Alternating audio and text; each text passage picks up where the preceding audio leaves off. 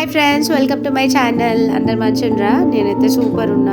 సంవత్సరంలో 11 నెలలు ముగ్గు వేస్తానో వేయనో కానీ ఆ 12వ నెల మాత్రం ఖచ్చితంగా వేస్తాను. ఎందుకంటే ధనుర్మాసం ముగ్గులు వేస్తారు కదా, నాకైతే చాలా ఇష్టం. అసలు ధనుర్మాసం అనగానే నాకు ఏం తెలియదు కానీ ముగ్గులు అని మాత్రం ఖచ్చితంగా గుర్తుంటుంది.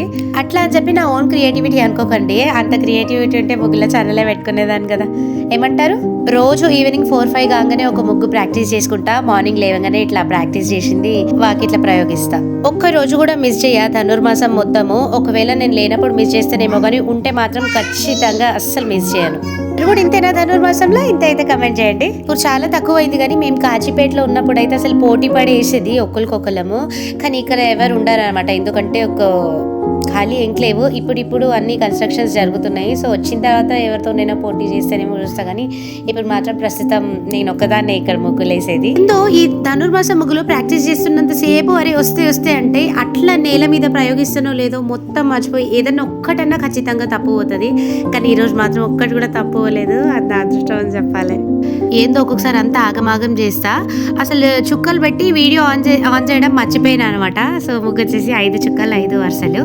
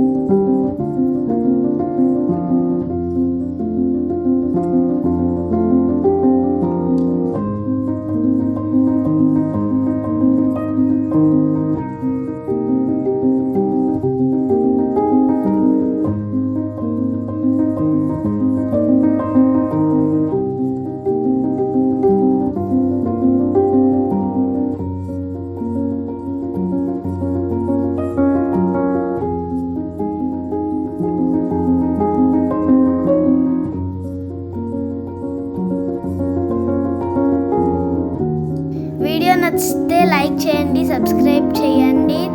And thank you for watching. Tata, bye bye.